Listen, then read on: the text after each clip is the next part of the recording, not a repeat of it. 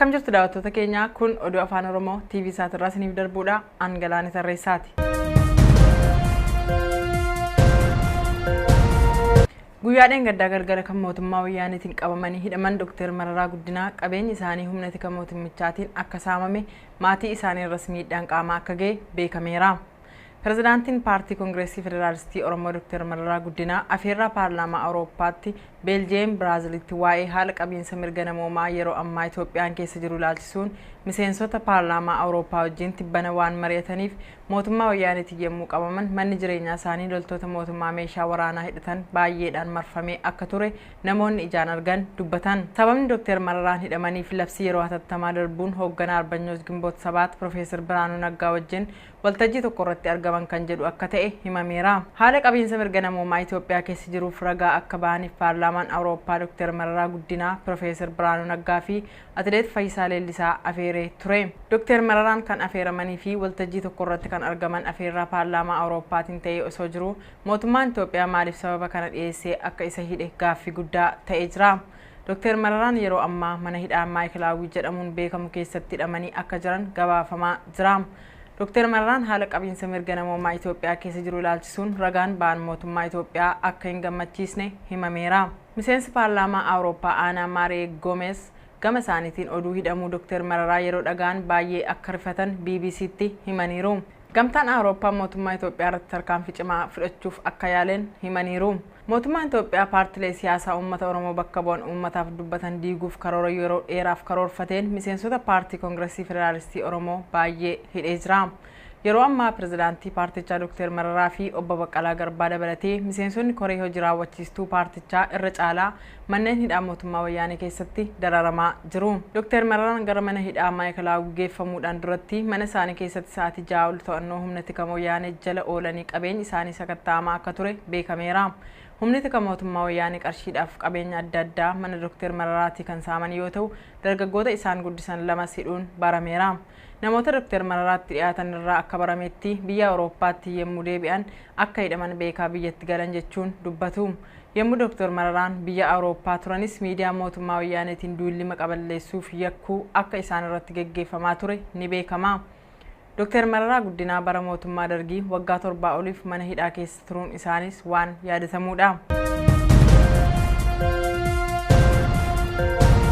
Dhaabbata mootummoota gamtoomaniitti dhaabbanni barnootaa saayinsii fi aadaa addunyaa yookiin UNESCOon sirna gadaa uummata Oromoo waggoota hedduuf karaa dimokiraatawaan dhalootaa gara dhalootaatti darbaa dhufe galmee hambaa addunyaa irratti galmeesse.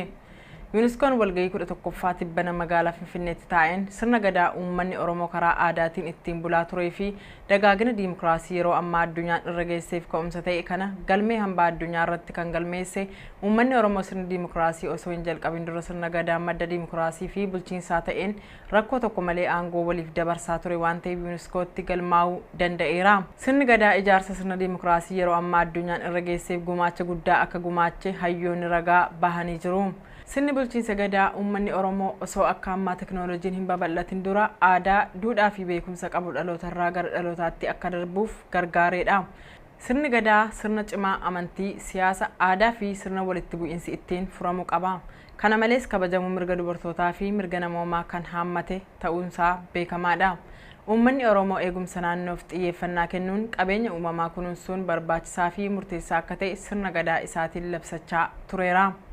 Akkaataa sirna gadaatiin abbaan gadaa waggoota 8 kan muudamu abbaan gadaa muudamus abbootii gadaa biroo fi uummataa wajjin ta'uun haala yeroo irratti hundaa'uun murtiiwwan adda addaa dabarsa.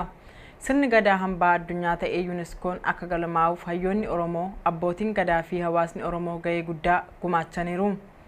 Walgahii UNESCO 11ffaa magaalaa Finfinneetti taa'ame kanaan hambaaleen biyyoota 10 hambaa addunyaa ta'uun UNESCOodhaan galmaa'aniiru.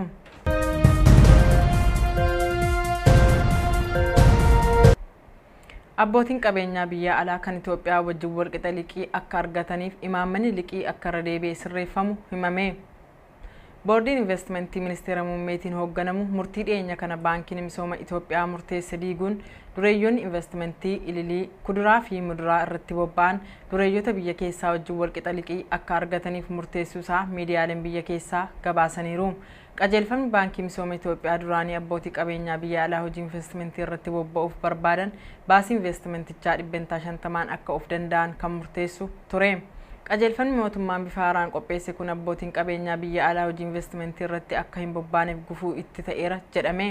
Abbootiin qabeenyaa biyya alaa Itoophiyaa keessatti damee ililii kuduraa fi muduraa irratti bobba'uu barbaadan baasii investimentichaa 25% of danda'an 75% immoo mootummaa irraa liqeeffachuu akka danda'an waajjirri ministeera muummee murteesseera.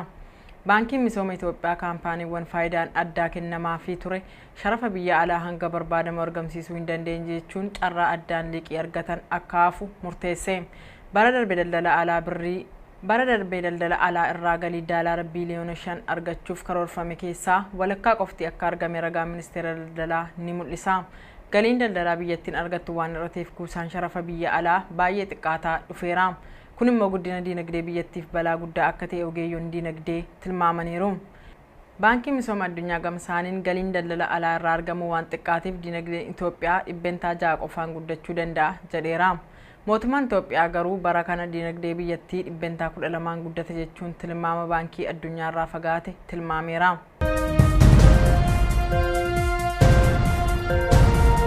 Oomishaalee kaampaaniiwwan wayyaanetti fayyadamuu dhiisuun ammas cimee itti fufee jira.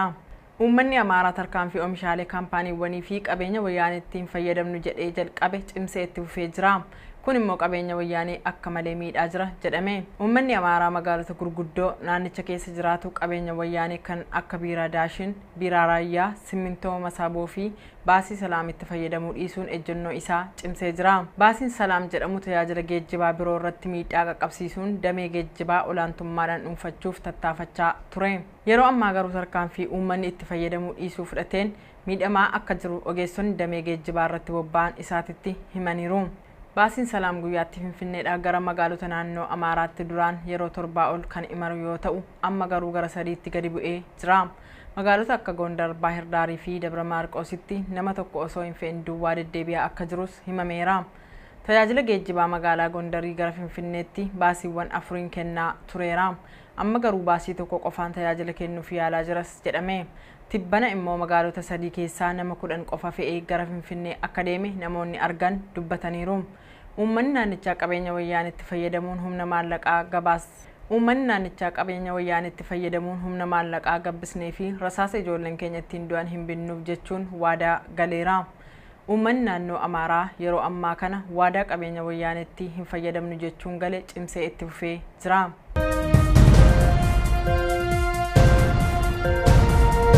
Ji'oota kurnan darban qofaan lammiileen Itoophiyaa 90,000tti dhiyaatan gara Yemenitti akka baqatan komishiniin koolugaltoota mootummoota gamtoomanii beeksise. Yemen waraana keessa waan jirtuuf haalli nageenya lammiilee Itoophiyaa gara biyyaatti baqatanii akka isa yaaddeesse dhaabbatichi beeksiseera. Bara darbees yeroo wal fakkaatutti lammiileen Itoophiyaa 70,000 caalan gara Yemenitti baqatanii akka turan dhaabbatichi beeksiseera. Yeroo waraanni biyyattii furmaata hin argannetti lammiileen Itoophiyaa 60,000tti lakkaa'aman baqachaa akka jiran dhaabbatichi himeera.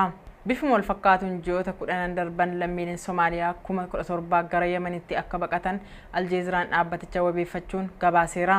Lammiileen biyyoota lamaanii gara biyya Yemen waraanaan unkuramaa jirutti baqachuun isaanii rakkoo hamaa gaanfa Afrikaa jiru kan mul'isu akka ta'e qondaaltonni dhaabbatichaa dubbataniiru. Lammiileen gara Yemenitti baqatan kunniin sarbamuu mirga namoomaa fi dararaa adda addaaf akka saaxilaman qaamoleen garaagaraa beeksisaniiru. Dhaabbileen addunyaa rakkoo baqattootaa furuuf yaalanis lakkoofsi lammiilee Itoophiyaa gara Yemenitti baqatanii xiqqaachuu waan hin dandeenyeef yaaddessaa akka ta'e himeera. Haalli Yemen keessa jirtu tasgabbaa'aa waan hin taaneef yeroo ammaa miidhaa lammiilee Itoophiyaa fi Somaaliyaa irra ga'e beekuun akka hin danda'amne dhaabbatichi beeksiseera. Namoonni baay'een gara Yemenii fi biyyoota birootti wayita baqatan du'aa akka jiranis himameera.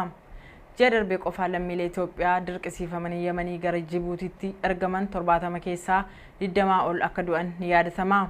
Mootummaan Itoophiyaa namoonni gara biyyoota adda addaatti akka hin baqanneef naannoo daangaa irratti to'annoo cimsus lakkoofsi dargaggoota baqatanii xiqqaachuu hin dandeenye. Lammiileen Itoophiyaa baay'een gara biyyoota ollaatti baqachaa akka jiran dhaabbileen waa'ee dhimma baqattootaa irratti hojjetan beeksisaniiru. Lammiileen Itoophiyaa dhibbootatti lakkaa'aman osoo baqachaa jiranii qabamanii Maalaawii, Taanzaaniyaa fi biyyoota Afrikaa kibbaa biroo keessatti hidhamanii akka jiran ni beekama. Qondaaltonni Itoophiyaa ministeerota jalqabee hanga sadarkaa aangoo gadaanaatti jiran tajaajiltoota wayyaanee akka ta'an himame. Obbo Girmaa Mangashaa Jarman Firaankifartitti sadarkaa qonsiila Itoophiyaatti itti gaafatama damee dhimma diyaaspooraa ta'uun tajaajilaa kan turanii fi dhiyeenya sirna bulchiinsa mootummaa wayyaanee keessaa bahan. Akka Obbo Girmaan jedhanitti hojjetoota qonsiila Itoophiyaa keessa hojjetan irra caalaan Tigiroota. Miseensa paartii dhaabbata Dimokiraatawaa Uummata Oromoo ta'uun sadarkaa kanarra akka ga'an Obbo Girmaan isaatitti himaniiru. Jiraattota magaalaa Firaankfurt keessatti sirna mootummaa wayyaanee 90% kan ta'an deeggaran Tigiroota akka ta'anis himaniiru. Deeggartoonni sirnichaa 10% immoo dhalattoota sabaaf sablammoota garaagaraa akka ta'an dubbatan. Itti gaafatamaa dhimma diyaaspooraa wayita turan gabaasa sabaa lakkoofsa dabaluun dhiyeessaa akka turanis beeksisan. Kaayyoon dhaabbilee misoomaa sabaaf sablammootaa hundeessuuf kaayeffame akka hin milkoomnes dubbachuun naannoo sabaaf sablammoota kibbaa hundeeffamus hooggantoota malee miseensota ta'uu hin qabu jedhan. Waldaan misooma Tigraay garuu durumaanuu akka jirus himan.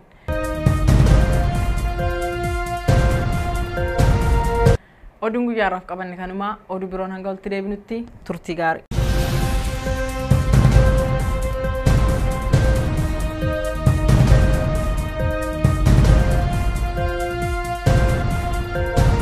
Waan irrateef kuusaan sharafa biyya alaa baay'ee xiqqaataa dhufeera.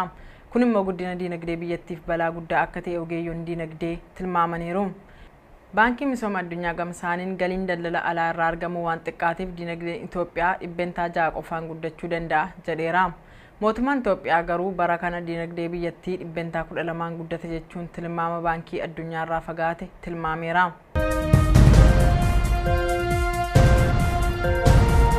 Oomishaalee kaampaaniiwwan wayyaanetti fayyadamuu dhiisuun ammas cimee itti fufee jira. Uummanni Amaaraa tarkaanfii oomishaalee kaampaaniiwwanii fi qabeenya wayyaaneettiin fayyadamnu jedhee jalqabe cimsee itti fufee jira. Kun immoo qabeenya wayyaanee akka malee miidhaa jira jedhame. Uummanni Amaaraa magaalota gurguddoo naannicha keessa jiraatu qabeenya wayyaanee kan akka biiraa Daashin, biiraa Raayyaa, Simmintoo Masaaboo fi baasii Salaamitti fayyadamuu dhiisuun ejjennoo isaa cimsee jira. Baasiin Salaam jedhamu tajaajila geejjibaa biroo irratti miidhaa qaqqabsiisuun damee geejjibaa olaantummaadhaan dhuunfachuuf tattaafachaa ture. Yeroo ammaa garuu tarkaanfii uummanni itti fayyadamuu dhiisuu fudhateen miidhamaa akka jiru ogeessonni damee geejjibaa irratti bobba'an isaatitti himaniiru. Baasiin Salaam guyyaatti Finfinneedhaa gara magaalota naannoo Amaaraatti duraan yeroo 7 ol kan imalu yoo ta'u amma garuu gara 3tti gadi bu'ee jira. Magaalota akka Gondar, Baahir Daarii fi Dabra Maarqositti nama tokko osoo hin fe'in duwwaa deddeebi'aa akka jirus himameera. Tajaajila geejjibaa magaalaa Gondarii gara Finfinneetti baasiiwwan 4 kennaa tureera. Amma garuu baasii tokko qofaan tajaajila kennuuf yaalaa jiras jedhame. Tibbana immoo magaalota 3 keessaa nama 10 qofa fe'ee gara Finfinnee akka deeme namoonni argan dubbataniiru. Uummanni naannichaa qabeenya wayyaanitti fayyadamuun humna maallaqaa gabbisnee fi rasaasa ijoolleen keenya ittiin du'an hin binnuuf jechuun waadaa galeera. Uummanni naannoo Amaaraa yeroo ammaa kana waadaa qabeenya wayyaanitti hin fayyadamnu jechuun gale cimsee itti fufee jira.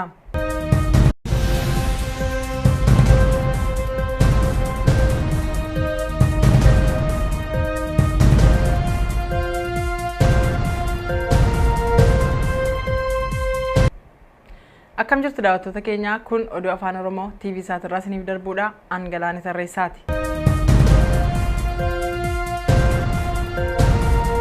Guyyaadhaan gaddaa gargara kan mootummaa wayyaaniitiin qabamanii hidhaman Dr. Mararaa Guddinaa qabeenyi isaanii humna tika mootummichaatiin akka saamame maatii isaanii irras miidhaan qaamaa akka ga'e beekameera. Pirezidaantiin paartii Koongireesii Federaalistii Oromoo Dr. Mararaa Guddinaa afeerraa paarlaamaa Awurooppaatti Beeljiyeem Biraazilitti waa'ee haala qabiinsa mirga namoomaa yeroo ammaa Itoophiyaan keessa jiru ilaalchisuun miseensota paarlaamaa Awurooppaa wajjin tibbana waan mari'ataniif mootummaa wayyaaniitiin yommuu qabaman manni jireenyaa isaanii loltoota mootummaa meeshaa waraanaa hidhatan baay'eedhaan marfamee akka ture namoonni ijaan argan dubbatan. Sababni Dr. Mararaan hidhamaniif labsii yeroo hatattamaa darbuun hoogganaa Arbanyoos Gimboot Sabaat Profeesar Biraanuu Naggaa wajjin waltajjii tokko irratti argamu argaman kan jedhu akka ta'e himameera. Haala qabiinsa mirga namoomaa Itoophiyaa keessa jiruuf ragaa akka bahaniif paarlaamaan Awurooppaa Dr. Mararaa Guddinaa, Profeesar Biraanuu Naggaa fi Atileet Fayyisaa Leellisaa afeeree ture. Dr. Mararaan kan afeeramanii fi waltajjii tokko irratti kan argaman afeerraa paarlaamaa Awurooppaatiin ta'ee osoo jiru mootummaan Itoophiyaa maaliif sababa kana dhiyeessee akka isa hidhe gaaffii guddaa ta'ee jira. Dr. Mararaan yeroo ammaa mana hidhaa Maayikilaawwii jedhamuun beekamu keessatti hidhamanii akka jiran gabaafamaa jira. Dr. Mararaan haala qabiinsa mirga namoomaa Itoophiyaa keessa jiru ilaalchisuun ragaan ba'an mootummaa Itoophiyaa akka hin gammachiisne himameera. Miseensi paarlaamaa Awurooppaa Aanaa Maaree Goomes gama isaaniitiin oduu hidhamuu Dr. Mararaa yeroo dhagaan baay'ee akka rifatan BBC'tti himaniiru. Gamtaan Awurooppaa mootummaa Itoophiyaa irratti tarkaanfii cimaa fudhachuuf akka yaalan himaniiru. Mootummaan Itoophiyaa paartilee siyaasaa uummata Oromoo bakka bu'an uummataaf dubbatan diiguuf karoora yeroo dheeraaf karoorfateen miseensota paartii Koongireesii Federaalistii Oromoo baay'ee hidhee jira. Yeroo ammaa pirezidaantii paartichaa Dr. Mararaa fi obbo Baqqalaa Garbaa dabalatee miseensonni koree hojii raawwachiistuu paartichaa irra caalaa manneen hidhaa mootummaa wayyaanee keessatti dararamaa jiru. Dr. Mararaan gara mana hidhaa Maayikilaawwii geeffamuudhaan duratti mana isaanii keessatti sa'aatii 6 ol to'annoo humna tika wayyaanee jala oolanii qabeenyi isaanii sakatta'amaa akka ture beekameera. Humni tika mootummaa wayyaanee qarshiidhaaf qabeenya adda addaa mana Dr. Mararaatii kan saaman yoo ta'u dargaggoota isaan guddisan lamas hidhuun barameera. Namoota Dr. Mararaatti dhiyaatan irraa akka barametti biyya Awurooppaatti yemmuu deebi'an akka hidhaman beekaa biyyatti galan jechuun dubbatu.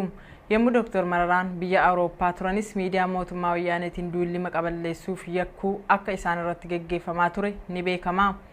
Dr. Mararaa Guddinaa bara mootummaa Dargii waggaa 7 oliif mana hidhaa keessa turuun isaanis waan yaadatamuudha. Dhaabbata mootummoota gamtoomaniitti dhaabbanni barnoota saayinsii fi aadaa addunyaa yookiin UNESCOon sirna gadaa uummata Oromoo waggoota hedduuf karaa dimokiraatawaan dhalootaa gara dhalootaatti darbaa dhufe galmee hambaa addunyaa irratti galmeesse. UNESCOon walgahii 11ffaa tibbana magaalaa Finfinneetti taa'een sirna gadaa uummanni Oromoo karaa aadaatiin ittiin bulaa turee fi dagaagina dimokiraasii yeroo ammaa addunyaan irra geesseef ka'umsa ta'e kana galmee hambaa addunyaa irratti kan galmeesse uummanni Oromoo sirna dimokiraasii osoo hin jalqabin dura sirna gadaa madda dimokiraasii fi bulchiinsaa ta'een rakkoo tokko malee aangoo waliif dabarsaa ture waan ta'eef UNESCOotti galmaa'uu danda'eera. Sirni gadaa ijaarsa sirna dimokiraasii yeroo ammaa addunyaan irra geesseef gumaacha guddaa akka gumaache hayyoonni ragaa bahanii jiru. Sirni bulchiinsa gadaa uummanni Oromoo osoo akka ammaa teknooloojiin hin babal'atin dura aadaa, duudhaa fi beekumsa qabu dhalootarraa gara dhalootaatti akka darbuuf gargaareedha. Sirni gadaa sirna cimaa amantii, siyaasa, aadaa fi sirna walitti bu'iinsi ittiin furamuu qaba. Kana malees kabajamuu mirga dubartootaa fi mirga namoomaa kan haammate ta'uunsaa beekamaadha. Uummanni Oromoo eegumsa naannoof xiyyeeffannaa kennuun qabeenya uumamaa kunuunsuun barbaachisaa fi murteessaa akka ta'e sirna gadaa isaatiin labsachaa tureera. Akkaataa sirna gadaatiin abbaan gadaa waggoota 8 kan muudamu, abbaan gadaa muudamus abbootii gadaa biroo fi uummataa wajjin ta'uun haala yeroo irratti hundaa'uun murtiiwwan adda addaa dabarsa. Sirni gadaa hambaa addunyaa ta'ee UNESCOon akka galmaa'uuf hayyoonni Oromoo, abbootiin gadaa fi hawaasni Oromoo gahee guddaa gumaachaniiru. Walgahii UNESCO 11ffaa magaalaa Finfinneetti taa'ame kanaan hambaaleen biyyoota 10 hambaa addunyaa ta'uun UNESCOodhaan galmaa'aniiru.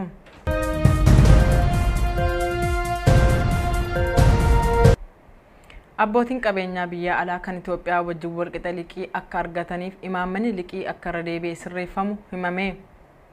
Boordiin Investimentii Ministeera Muummeetiin hoogganamu murtii dhiyeenya kana baankiin misooma Itoophiyaa murteessa diiguun dureeyyoonni investimentii ililii kuduraa fi muduraa irratti bobba'an dureeyyoota biyya keessaa wajjin walqixa liqii akka argataniif murteessuusaa miidiyaaleen biyya keessaa gabaasaniiru.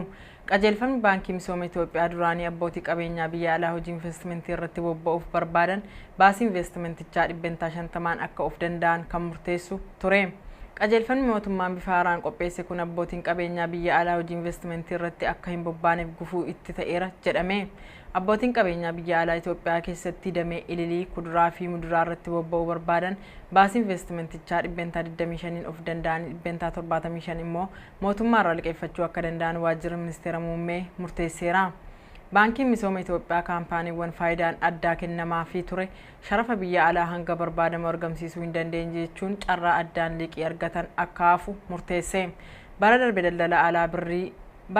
daldala alaa irraa galii daalaara biiliyoona 5 argachuuf karoorfame keessaa walakkaa qofti akka argame ragaa ministeera daldalaa ni mul'isa. Galiin daldalaa biyyattiin argattu